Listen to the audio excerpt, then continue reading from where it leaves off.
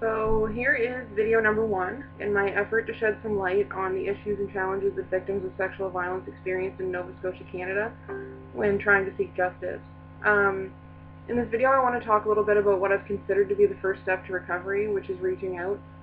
I also would like to cover resources available and talk about the massive issue in our province when it comes to resources for men and women.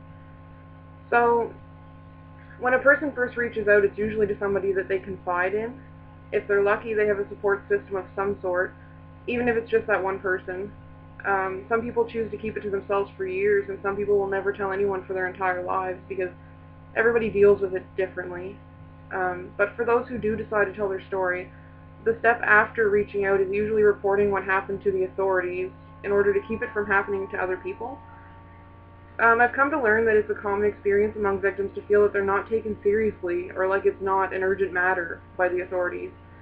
For example, I've witnessed a person who was actually informed by the authorities that it's not a crime for a minor to sexually assault another young person and that maybe it was just considered experimenting. In reality, you're able to be held criminally responsible for your actions after the age of 12. So somebody under the age of 12 certainly can't consent to any form of sexual activity. That's not the way it works in Canada. So this person was clearly not interested in doing their job, which they swore an oath to do.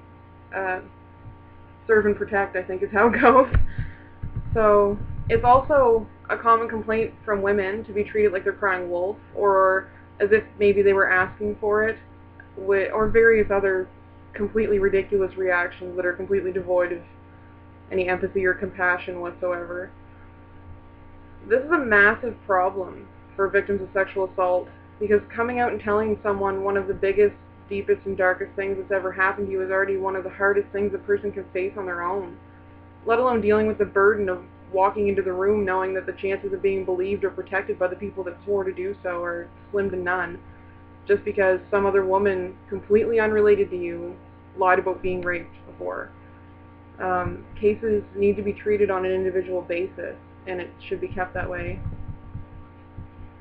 So I'm going to move on to available resources, because it's another huge problem in our county and our province. As we all know, Pictou County is in a current mental health crisis. We have no mental health help available for crisis situations other than the emergency room of the hospital.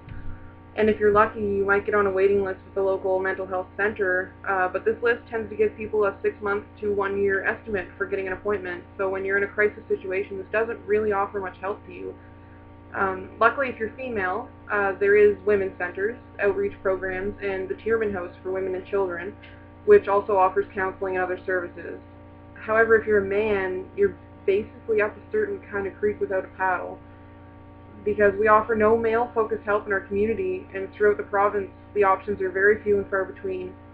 In our capital city of Halifax, there's a center for sexual assault victims that actually will refuse men. They exclusively help women with counseling, rape kits, and emergency services.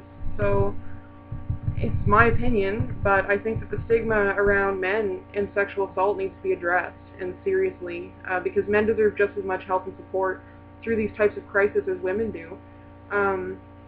They need it just as badly as well. So, to sum up this video, I'm going to leave you with a few Canadian statistics to consider.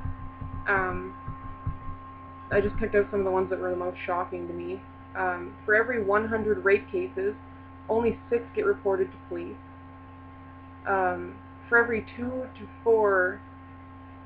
100% of rapes reported, only 2 to 4% of reported rapes are considered to be false accusations. So, out of 100 people who report an instance of rape, only 2 or 4 of those people are liars. So, the other 98 or 96% of people are, judged based on the fact that a few of them cried wolf. 70% of sexual abuse victims are under the age of 17. 80% of assailants are friends or family of the victim. 15% of sexual assault victims are boys under 16 years old. And child sexual abuse accounts for a staggering 59% of all sexual abuse reports. So, I know that those kind of scare people, but they're true, and they're statistics based directly out of Canada. They're from the Government of Canada website.